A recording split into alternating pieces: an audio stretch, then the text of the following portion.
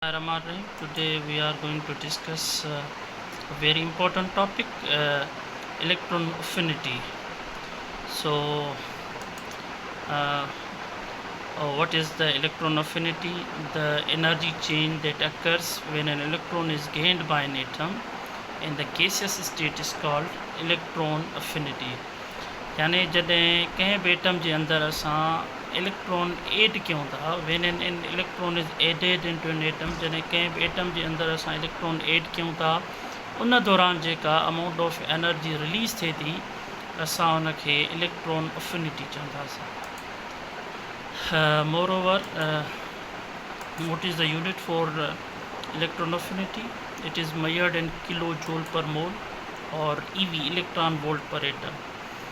And electron affinity for first electron is negative. यानी जॾहिं असां कोई बि इलेक्ट्रॉन एटम जे अंदरि इन करायूं था, for example in case of fluorine, उन जे आउटर मोस्ट शेल में 7 इलेक्ट्रॉन्स आहिनि. असां जॾहिं उन जे अंदरि हिकिड़ो इलेक्ट्रॉन इन कराईंदासीं त उन फ्लोरीन जे एटम कुझु अमाउंट ऑफ एनर्जी रिलीज़ थींदो ऐं फस्ट जेका इलेक्ट्रॉन अफिनिटी वैल्यू हूंदो उहो नेगेटिव हूंदो. ऐं वरी जॾहिं असां ॿियो को इलेक्ट्रॉन उन में एड कंदासीं जी energy is released, but for second electron affinity is positive because energy has to be further added to overcome the repulsion between the negative ion and electron. So now we will be discussing the factors on which electron affinity depends. It depends on the atomic size and the nuclear charge. As in the group from top to bottom, the shells keep on increasing. यानी shell top to bottom छा थींदा आहिनि, group में वधंदा आहिनि. For example in case of first group is alkali metals, hydrogen, lithium, sodium, potassium, rubidium, caesium, francium. यानी top to bottom जेका electron affinity हूंदो उनजो वैल्यू छा थींदो, डिक्रीज़ थींदो.